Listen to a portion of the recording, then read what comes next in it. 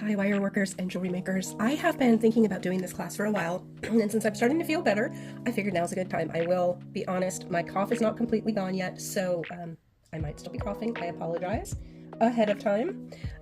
So what you're going to need, obviously, is wire. You can use any kind of wire that you have. 20 gauge is the best size. It fits in the ears best. These are just the normal, no frills hooks, and these get a little fancier. So I'm going to show how to do all of those.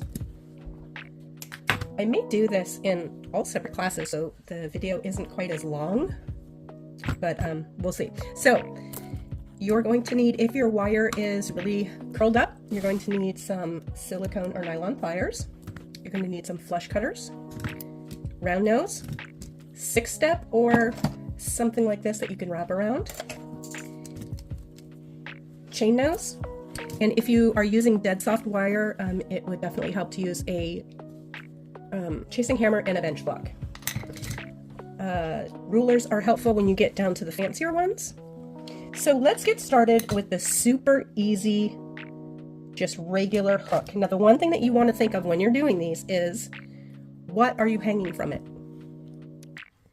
So do you need a vertical whole circle, or do you need horizontal, depending on what you are making? You can make it the same way and just twist it, or you can make it the way you want it to begin with, if you remember before you make it. So for all of these hooks, I usually go just under 2 inches. That gives me plenty of wire to work with. And I'm going to go ahead and straighten out a little bit. I want to make sure that both of my ends are flush cut. And I'm going to go just under 2 inches. Now for this one, I am going to go ahead and do just the regular vertical one. This is like the ones that you buy in the store all the time. And excuse me. The reason I thought I would teach this class is because as jewelry makers and wire workers, we make so many earrings and spend so much money on earring hooks. And if we have the supplies, we might as well make them ourselves. It's so much less expensive. So I'm going to go ahead and just put my wire in the smallest part of my round nose, and I'm going to feel it and make sure it's nice and flush. And I'm just going to twist it around until it closes the circle. Now, some people like to use number 6 on their 6-step baling pliers. I like number 5. Now on mine is a size 9mm for 5. I find that works really great for earrings.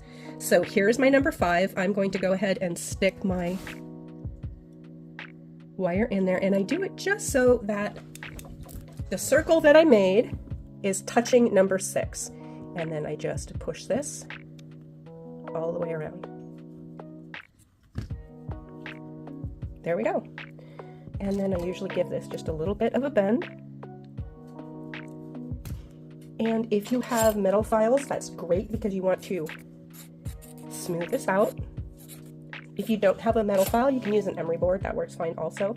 Now, I normally make my ear hooks out of half hard copper because it holds its shape better. But most people don't have it, so I figured I'm going to do all of these in dead soft and just show you what I do to make sure that they're strong enough. So I'm going to get my chasing hammer and my bench block, and I'm just going to work over the curves. I'm just going gently. I'm just work hardening it. I'm not really trying to change the shape much. So down where I have this curve, around the ear curve, and the bail that I made there. And that one is done. And since I've hammered it, it's a whole lot stronger than if I didn't. So that's how you make just the plain hooks. The next one is this fancy one with a bead. Now these are fun. They add just a little bit extra. Again, you're going to need the same amount of wire. And I'm just going to go ahead and flush cut both sides again. And cut just under 2 inches. Again, I'm lining this up right at the tip and making a circle until it goes back and touches. Now I'm going to put my bead on. And you can see this one has the horizontal opening, and for this one I'm going to do vertical. So I'm going to grab my 6-step again, and again I'm going in number 5. And I'm going to do it just so that the bead is touching number 5 here. And I'm just going to, again, wrap it around. Now for these, the bead is going to fall off. So what I do is I leave about 1 millimeter space, and I grab right above it and I just give it a little push. Make it 2 millimeters. Give it a little push so that it has a bend there, and now the bead won't go anywhere. And now I'm going to go ahead and do the little bend here and file the tip. Just want to make sure that nobody gets their ear cut or scratched. So there's the one with the bead. This is my favorite. I really like this one. It just adds a little bit extra. So you can see with these fire painted ones, I did that to really pull out the blue in the fire painting. Okay, so now we have those two done. This one is nice when you have something with a tiny hole. A lot of times, let me see. These are tangled. Hold on just a second. So I've got these earrings, and this has, oh, this isn't the right one. Hold on, this one's better. They have a tiny hole very close to the top, right? So if you have it on that little hook and it opens just a little bit, it's easier to fall off because it's so close to the tip and it's tiny. They fit better in these types where you're not going to lose it. So for this one, I use extra wire. I'm going to go ahead and cut. I'm going to cut 3 inches, but probably only need 2.5. And for this one, make sure both sides are flush cut again.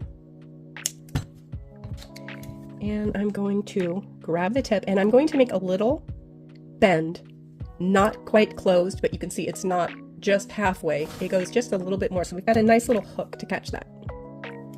Okay, now I'm using number 5, which is 9 millimeters on mine. So I want to go 9 millimeters from the end of this hook so that they're lined up. So I'm just going to place this on here,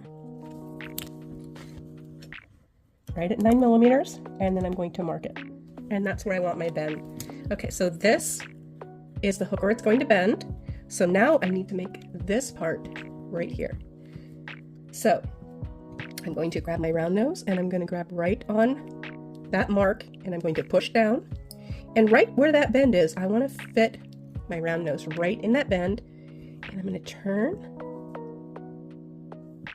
And I'm going to go over to the other side so that it's almost parallel. And then I'm going to stick my pliers back in and give it a nice curve up. And I'm going to just pinch this together a little bit.